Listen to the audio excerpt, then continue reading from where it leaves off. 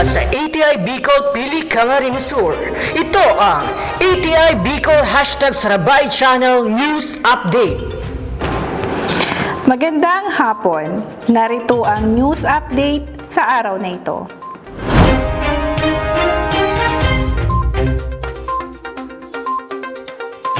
Online seminar tungkol sa herbs and spices, Humataw. Live na makakasama natin, Jul Rose de la Torre ng ATI Bicol. Nagsilbing platform ang Sarabay Channel ng ATI Bicol para sa masarap na talakayan tungkol sa herbs and spices o mga halamang ginagawang sangkap sa pagkain. Tinalakay sa 3 episodes ng Herbs and Ermi ang tamang pagproseso ng homegrown herbs and spices. Layo nitong turuan ang mga nagtatanim ng herbs and spices ng iba't ibang paraan upang kumita mula sa kanilang tanim.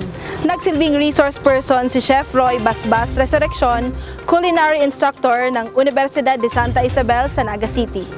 Okay, bakit po kailangan nating i-incorporate ang mga herbs and spices sa ating lutuin? Unang-una, para mas masarap ang ating lutuin.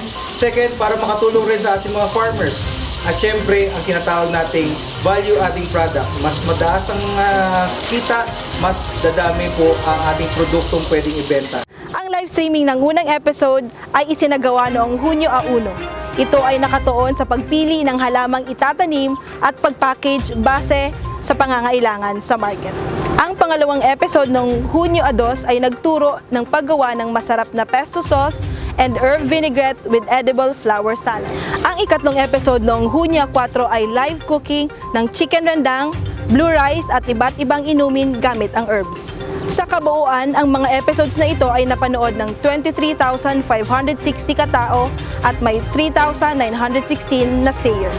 Kapansin-pansin na may mga nag-comment na mga Pilipinong nasa ibang bansa tulad ng Saudi Arabia, Dubai, Taiwan, Hong Kong at Italy. Balik sa Unida.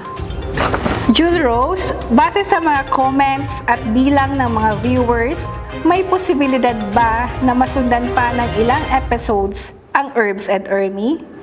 Sa katunayan, Nida, ayon kay ATI Bicol Center Director Elsa Parot, hindi nagtatapos sa 3 episodes na ito ang pagtuturo ng ATI Bicol tungkol sa mga pagproseso ng halaman. Kaya ito ay dapat abangan ng ating mga kaugnay sa ATI Bicol #Sarabay Channel. Maraming salamat, Jul Rose, at yan po ang news update sa araw na ito. Ako si Nida Hagos para sa ATI Bicol #Sarabay Channel News Update. Magandang hapon.